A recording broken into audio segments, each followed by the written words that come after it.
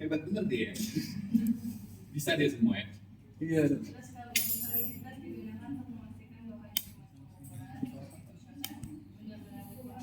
Tahu AI taruh chip masuk ke rata. Coba ChatGPT yang parametrik digunakan bila data kuantitatif. Parametrik, oke. Udah apa lagi ini aja jawabannya. Benar. Coba yang nomor 3. Nomor 3.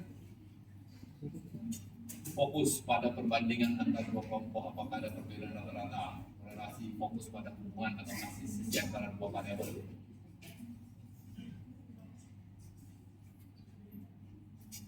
Benar sih. Coba lah, aku masuk kan ada honornya ChatGPT yang jawab. Udah benar ini. Udah benar nih. Ini tambahin dikit ya, coba atas. Iya.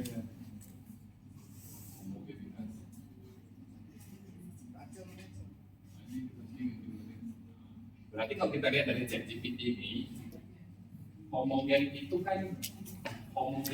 itu kan berarti dipakai kalau uji perbandingan rata. Ya, asal ada perbandingan rata, berarti ada compare mean kalau di SPSS itu membutuhkan pertimbangan varian atau homogenitas. Mungkin kita lihat satu-satu ya. Ada di sana one sample test. Di compare mean ada one sample test, ya kan? Kalau one sample, satu kelompok sampel nggak perlu dong ada varian, sudah pasti cuma dia sendiri yang mau dibandingkan. Tadi kita bising supaya gampang ingat nih. Kemudian pair t-test nggak membutuhkan varian karena dia yang diujikan kelompoknya itu dan itu lagi. Benar ya? Berarti sekarang tinggal dua yang membutuhkan varian. Independent t-test sama ANOVA. Ya, ingat aja. One sample satu kelompok nggak usah ada varian. Pair t-test itu dan itu. Kalau independent beda subjek ini, nah itu yang butuh varian. Nah, pertanyaannya apa tadi? Nah, berarti udah terjawab kan? Ingat aja. Varian itu kan kelompok membandingkan kelompok. Compare mean berarti. Di compare mean siapa yang membutuhkan varian berarti cuma independent sama ANOVA. Nah, kalau di independent varian itu tidak mutlak, perlu nggak perlu. Jadi tinggal kita lihat kalau misalnya hasil dari signifikansi independent t-test itu semua di bawah 0,05 atau di atas 0,05, udah masa bodoh deh sama varian. Kamu pilih yang manapun sama kan kesimpulannya kan. Nah, kalau sampai ada hasil dari independent t-test itu satu bermakna, satu tidak bermakna, kan ada dua itu hasilnya kan, outputnya atas dan bawah kan. Nah, baru dilihat variannya. Variannya itu lolos nggak ya? Di atas 0,05 atau di bawah 0,05. Kalau di atas 0,05, berarti kita pakai yang assume sama. Ya kan? Lihat dulu aja hasilnya. Kalau hasilnya kira-kira menyimpulkan hal yang sama di bawah 0,05 atau di atas 0,05 sama-sama bermakna atau tidak bermakna, masa bodoh aja sama varian itu. Ya kan? Tapi kalau ini ada 0,04 nih, kok ada 0,051, bingung kan? Ini bermakna atau enggak? Baru kamu intip uji lesson test variannya. Kalau variannya lebih besar dari 0,05 ya kamu pakai lah yang assume. Kalau dia enggak sama, baru pakai yang not assume. Oke? Nah, kalau di ANOVA lain, di ANOVA dia penting. Karena ANOVA ini dia 3 kelompok minimal. Variannya harus sama. Nah, diteslah homogenitasnya. Kalau dia, karena itu untuk membuktikan apa nanti? Untuk melanjut ke mana? Ke pemilihan post hoc kan? Varian untuk memilih post hoc nanti. Post hocnya ada 2 tipe tuh, assume same, equal, assume equal, not equal. Ya kan? Waktu pilih varian, waktu pilih post hoc. Oke, itu varian. Varian itu tahu nggak varian? Jadi kalau hasil pengukuran populasi atau pengukuran parametrik itu kan parametrik ya, berkaitan dengan parametrik. Ada standar deviasi. Varian ini brothernya standar deviasi. Jadi standar deviasi itu adalah hasil akar kuadrat varian. Jadi ada misalnya satu kelompok ini kita mau ukur tinggi badan nih, kita mau ukur tinggi badannya, kan ada rata ini. Saya cowok dulu dah, rata cowok ada tinggi badan. Ini kamu semua dikumpulin, saya ukur tinggi badannya, terus saya hitung min-nya. Misalkan rata-rata itu nggak tambah dibagi jumlah orang, keluar min kan. Nah min itu misalnya min-nya 165, tinggi rata-rata cowok di kelas ini min-nya 165. Tapi masing-masing ini kalau dibandingkan terhadap min beda-beda dong. Ada yang di bawah 165, ada yang di atas 165. Nah, varian itu selalu positif dia. Jadi jarak itu di kuadrat. Jadi misalnya kamu 170, berarti kamu kan tuh lebih 5. Misalnya Zaki 162, berarti dia minus 3. Iya. Iya kan? Kamu 180, berarti kamu positif 15. Gitu kan? Nah, varian ini itulah varian. Jarak kamu ke min, jarak dia ke min, jarak dia ke min, tapi harus positif. Kalau enggak mementingkan positif namanya residual. Beda, itu nggak usah dipikirin. Pokoknya varian adalah jarak kamu ke min, jarak kamu ke min, jarak kamu ke min, jarak kamu ke min, dikuadratkan. Oh, jadi harus di atasnya gitu positif. Dia semuanya positif. Dikuadratkan, dibagi jumlah semua kalian. Nah, itulah varian. Berarti kalau misalnya 165 170 berarti 165 kalau 170 berapa? Ya, Terus dikuadrat. ditambahin semua di kuadrat. Enggak, di kuadrat itu masing-masing di kuadrat. Oh, di Karena kuadrat. varian itu menuntut nilai positif, nggak ada nilai negatif. Di kuadrat, dibagi jumlah peserta semua. Itulah varian. Berarti kalau kalkulator tambahin harus baru dibagi jumlah peserta. Ya, itulah varian. Itulah nilai varian. Kalau minus nggak boleh. Enggak, varian itu mesti dikuadratkan dulu baru dibagi. Oh, kalau misalnya dia misalnya min 3 gitu di bawah. Min 3 ya dikuadratkan jadi 9 Iya, ya. Jadi positif kan dia kan? Selalu jadi positif semua kan? Nah, standar deviasi hasil varian itu di akar kuadrat kan? Di square root. Nah, itulah jadi SD. Itu dia. Jadi, kalau membandingkan kelompok varian yang masih sama, yaitu nilai itu nggak boleh terlalu jauh berbeda. Itu yang diuji dengan level ini. Kalau di atas 0,05 ya kurang lebih sama semua. Gitu. Oke, itu varian ya. Jadi kalau mau ingat kapan uji homogenitas dilakukan, ingat aja homogenitas dilakukan kalau kita uji beda komparasi yang parametrik. Yang parametrik itu kan cuma itu one sample, independent t-test, pair, sama ANOVA kan di SPS kalau dibuka kelihatan kan itu kan. Nah, kalau yang one sample yang mau beda sama apa variannya orang dia sama satu kelompok aja. Kalau berpasangan pair ya orangnya itu dan itu varian nggak perlu. Yang perlu cuma dua aja, independent sama ANOVA. Oke? Kalau independent, kalau kesimpulan hasil uji dua itu kira-kira sama, masa bodoh. Tapi kalau sempat berbeda kamu lihat, nah, kamu mesti cek variannya. Yang mana kamu mau pakai, nilai signifikansi atas atau nilai signifikansi yang bawah. Oke? Kamu punya tabel independent t-test? Enggak. Ada cabut dulu lah, nanti ada yang lain. Apa yang soalnya kemarin Itu kayak tadi yang kerjanya standar deviasi dari Variasi. standar. Nah, kalau di akar kuadrat kan dia jadi SD. Oh, Ya, berarti habis hasil kuadrat harus dibagi harus di akar dulu. ya karena jadi SD. Makanya ukuran pemusatan itu adalah min dengan ukuran penyebaran adalah SD. Min itu dibagi itunya SD-nya dari situ. Tapi kan kita nggak usah pusing hitungnya ini, itu kan hitung manual. Kalau di statik di SPSS tinggal kamu pencet min keluar SD-nya. Tapi ini perlu tahu kan? Nggak perlu lah. Nggak perlu lah. Nah, itu sebenarnya pelajaran SMA lagi. Semua nggak sendiri. Masa nggak belajar? Min, median. Oh iya itu nggak ada. Nah, iya dong ada. Cuma nggak ada standar deviasi itu. Ada lah, nggak mungkin nggak ada. Ada, mungkin nggak ada. Ada standar deviasi. Ada lah. Hitung-hitung itu kayak median. Iya, ada min, median, modus. Iya. Pasti ada, pasti ikut tuh. Standar deviasi, nilai minimum, pasti ada dong. Pasti ada ya. Ada. Oh lupa. Belum maksimal Minimum maksudnya. Ada. defisiensi.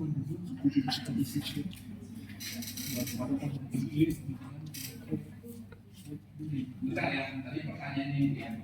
Kenapa ukuran itu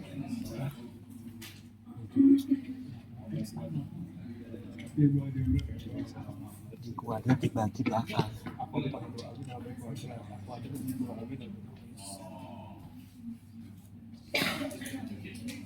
Saya punya algoritma koreksi.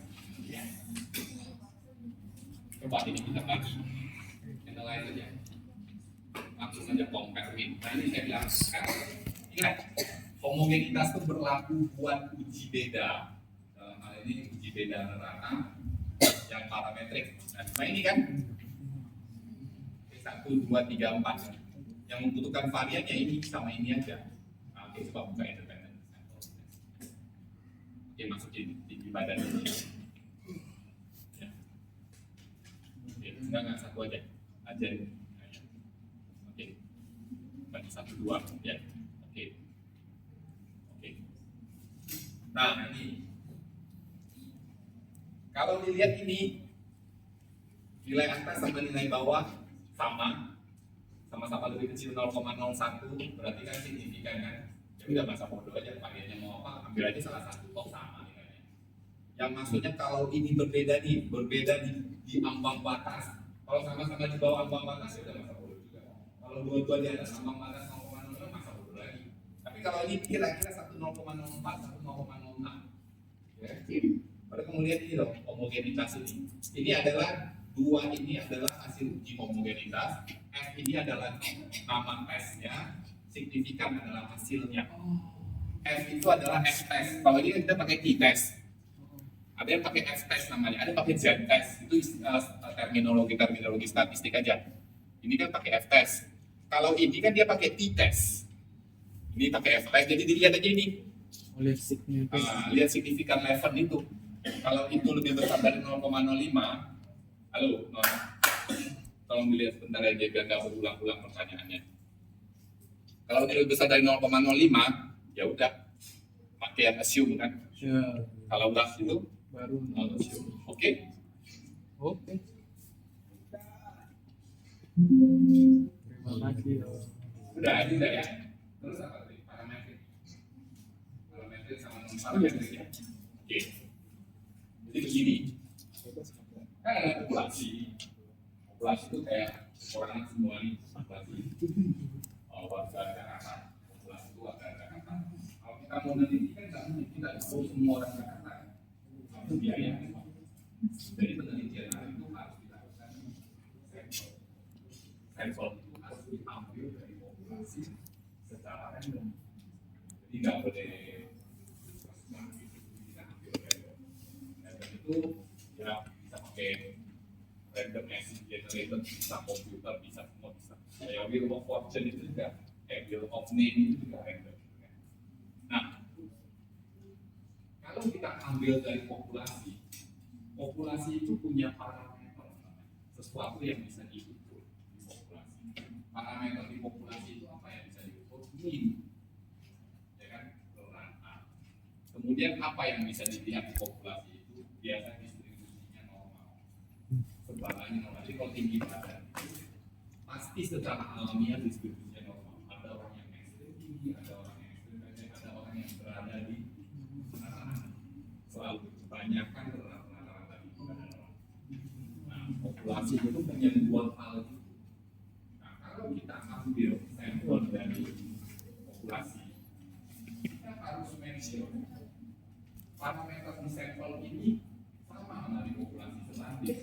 Jadi rata di parameter populasi. Di populasi ada rata, di parameter bisa dihitung rata. Di populasi ada distribusi normal, di parameter harus juga terdistribusi normal. Itu yang kita uji. Nah, kalau memenuhi kondisi ini, maka uji kita di sampel itu bisa disebut karena dia mengikuti semua syarat-syarat parameter yang ada di populasi. Populasi punya rata, sampel kita punya rata. Populasi distribusinya normal, datanya masih normal, sampel setelah kita uji distribusinya normal, yaitu diuji dengan P besar dari 0. Kalau dua syarat ini terpenuhi, berarti kita bisa menyebut itu sebagai uji parametrik karena sesuai sesuai dengan parameter yang ada di populasi. Jadi syarat uji populasi, syarat uji parameter, skala variabel yang kita ukur itu variabel tergantung atau pasangan data kita untuk dikorelasi itu numerik, interval atau rasio. Sudah pasti itu harus pakai uji parametrik. Kedua, distribusinya cuma dua itu. Itulah yang membedakan uji parametrik sama non parametrik. Oke ya. Jadi kapan disebut uji parametrik? Kalau satu PT-nya variabel, kalau uji beda, uji komparasi, variabel tergantungnya adalah numerik. Pasangan data, kalau uji korelasi, pasangan datanya adalah numerik. Ya, dua-duanya numerik. dua-duanya numerik. Terus ada ordinal. Nggak bisa, numerik, dua-duanya numerik. Kedua, distribusinya harus normal. Kalau itu terpenuhi, itu namanya uji parametrik. Oke. Yang ketiga apa? Enggak. Yang kedua, oh itu bukan validitas. Validitas kan udah kemarin. Validitas itu di instrumen benar kok ChatGPT. Ke atas. Nah, atas lagi. Nah ini, validitas digunakan untuk memastikan apakah instrumen pengukuran seperti kuesioner benar-benar mengukur apa yang harusnya diukur. Itu validitas. Kalau reliabilitas mengukur hal yang sama dengan hasil yang konsisten. Benar. Validitas itu alat uji instrumen. Seperti saya cerita kemarin, kalau kita mau mengukur tinggi badan, ada instrumennya sentimeter yang sudah dikalibrasi dengan satuan internasional, ya kan?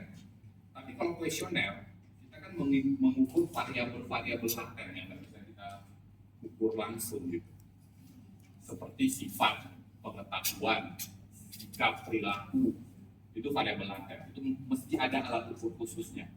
Alat ukur khususnya itu biasa berupa beberapa pertanyaan. Yang mana kalau pertanyaan ini masing-masing diberi skor dan kemudian kita gabungkan skor ini, kita jumlahkan melewati skor tertentu, itu bisa menunjukkan bahwa apa perilaku seseorang. Jadi instrumen itu alat ukur. Nah, validitas ini adalah alat untuk memastikan instrumen alat ukur kita dalam hal ini kuesioner mengukur apa yang seharusnya diukur. Oke, setelah dia benar mengukur apa yang seharusnya dia ukur, kita uji apakah dia mengukur hal yang sama secara konsisten enggak. Itulah namanya uji reliabilitas. Makanya kemarin ada kuliah uji validitas dan reliabilitas. Oke ya? Parametrik udah. Terus komparasi. Nah ini memang udah apa namanya? Udah jadi pertanyaan, udah jadi itulah perbedaan. Kalau kata-kata perbandingan, perbedaan, pengaruh itu bisa dipastikan itu adalah komparasi. Ya, kata-kata hubungan. Jadi biar gampang ini aja ya. Nanti saya bikin. Kalau hubungan itu pasti korelasi. Biar nggak pusing. Sebenarnya nggak bisa dia dari output statistiknya kalau kita mau benar. Kalau outputnya itu output dari perbedaan ini, kalau outputnya koefisien korelasi, yaitu korelasi. Kalau dari kata-kata begini, ya misalnya nanti kalau bilang kalau hafal mati gitu, kalau hubungan pasti korelasi nanti di luar, di tempat lain, di institusi lain. Bagaimana asosiasi ini dengan ini? Asosiasi itu kan hubungan. Atau bagaimana nanti untuk matematik kok beda ya? Dia banyak hubungan, kenapa dia uji dengan IPS? Hubungan itu kan dua kelompok berbeda dengan variabel bebas ini kan berhubungan juga ya sekarang. Jadi saran saya sih nggak usah terlalu dipermasalahkan kata-kata ini. Tapi kalau dia perbedaan perbandingan pengaruh, bisa dimasukkan ke komparasi. Kalau kata-kata korelasi, anggaplah kalau di kita ya terminologi kita. Kalau dia ada kata-kata korelasi, ada kata-kata hubungan, berarti itu benar korelasi. Supaya tidak bingung ya. Nah, pertanyaan dia ini tadi, kenapa? Kapan saya mau uji korelasi?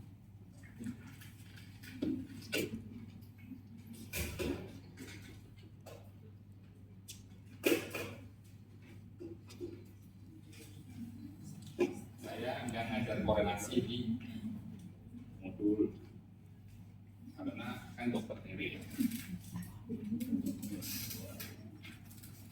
Yang dulu, saya ada ChatGPT lagi ada pertanyaan. ChatGPT aja tanya sekian, benar pun. Sudah, kita dengan pendapatan rendah. Betul. Karena mereka lebih mampu memenuhi kebutuhan dasar termasuk kesehatan, seperti kontrol imun, nasional, peningkatan rata-rata suatu negara tidak sejalan dengan peningkatan kebahagiaan masyarakat. Meskipun misalnya suatu negara maju, economic adaptation. Saya kira itulah sistem yang mana dong. Intinya dia tidak meningkat sesuai dengan rate-nya. Oke, itu contoh klasik monotonik. Itu bisa diuji dengan Spearman. Asumsi Spearman. Wah, enak ya ChatGPT. Kirim pesan ke ChatGPT.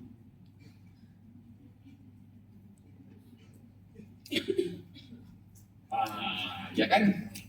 Spearman menunjukkan asumsi apa? ChatGPT terbang dia. Hubungan antara kedua variabel harus monotonik maksudnya. Monotonik variabel. Bahasa Inggris dong. Agak-agak aneh. Assumption. Oh, ada di sini tinggal ini bisa jadi. Iya.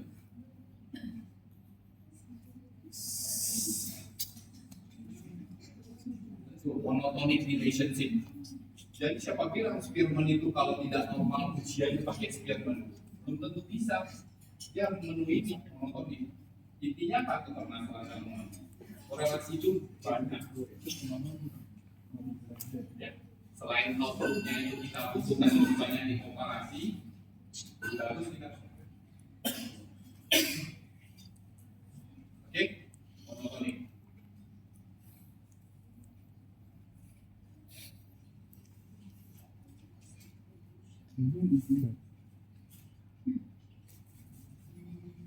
Coba Pearson assumption.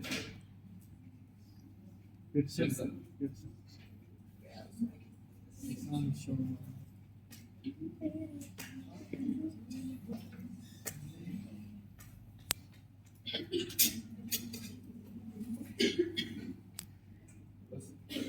Tuh, bisa dia.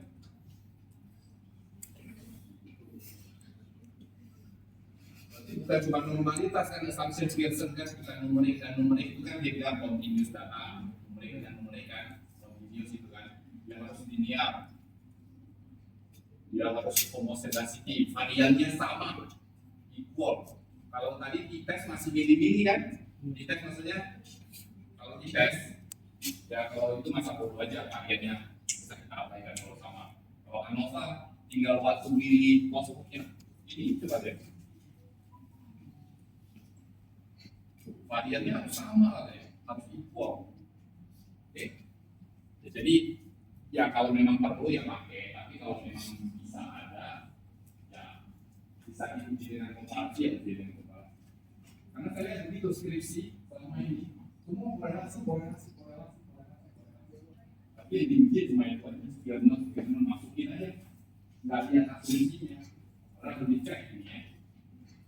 Jadi nanti kalau saya skripsi dari ujinya harus pakai Pearson atau Spearman, ingat asumsinya ya. So, ini ada asumsi bisa masukin aja. Tanya aja sih.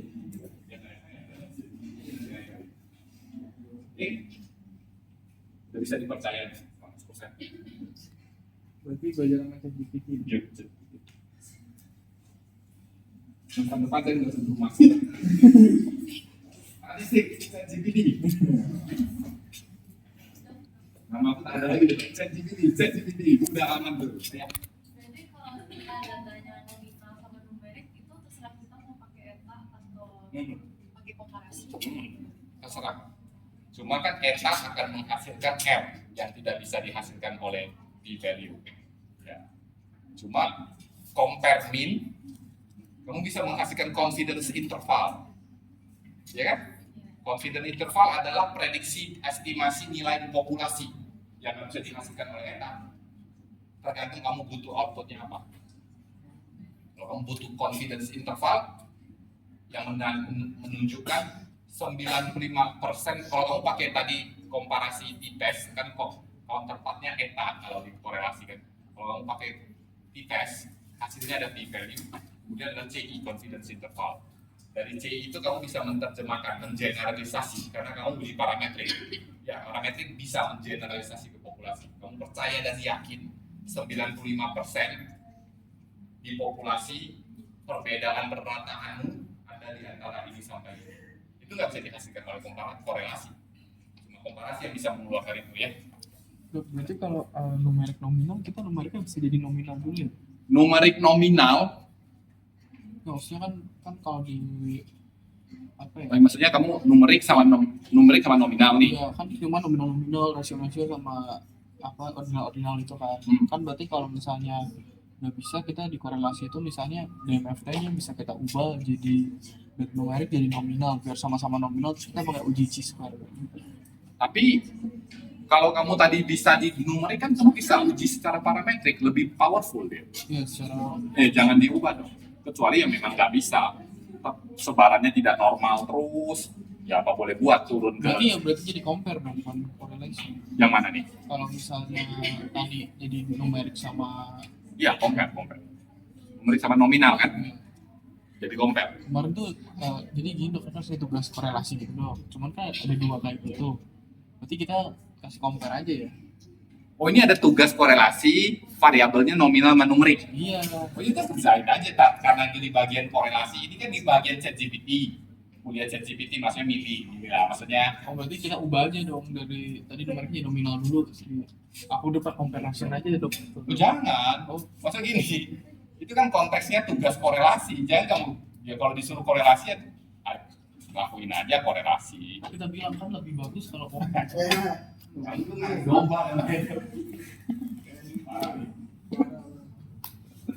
Ya, kalau memang tugasnya disuruh dikorelasi ya itu kayaknya dikorelasi. Ya, ini kan cuma perbandingan kalau komparasi korelasi gimana. Itu bukan kalian yang mempertanyakan, banyak yang mempertanyakan kapan korelasi, kapan komparasi. Tergantung outputnya apa yang kita mau. Soalnya numerik dengan numerik, ingat numerik nggak bisa. Ada lagi? Ada lagi? Ada dok. Ini di foto. Ada jadi di sini. Gak apa-apa, tidak pada jadi.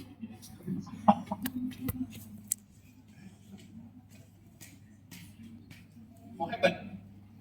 Hebat ya? Kadang bisa ngasih sumber dulu ya. Bisa nggak kita kayak buat skripsi? Buatin skripsi dari bab 1 sampai bab 5, topiknya ini gitu. Bisa dok, tapi ntar dia ketahuan dong. Tahuannya gimana? Written by AI itu ketahuan. Siapa yang bisa ketahuan dari mana? Nah dari sini ada AI-nya lagi, ntar bisa ngecek oh ini yang nulis AI bukan. Oh gitu. Tapi bisa dok. Ya, tapi kalau dosen yang nggak ngecek nggak apa-apa dong? Komen dok. Aduh. Balik. Ini tuh dok bisa dok langsung. Oh latar belakang. Terus kalau bayar ChatGPT 4 dia bisa sama sumber ini. Jadi biasanya tuh ada AI yang bisa ngedetek tuh. Ya, tapi kan kalau itu kalau kita ngetek kan, Iya. ya kan nggak semua dosen ngetek AI. Oh dok. Aku nggak tahu. Oh kita lanjut dulu.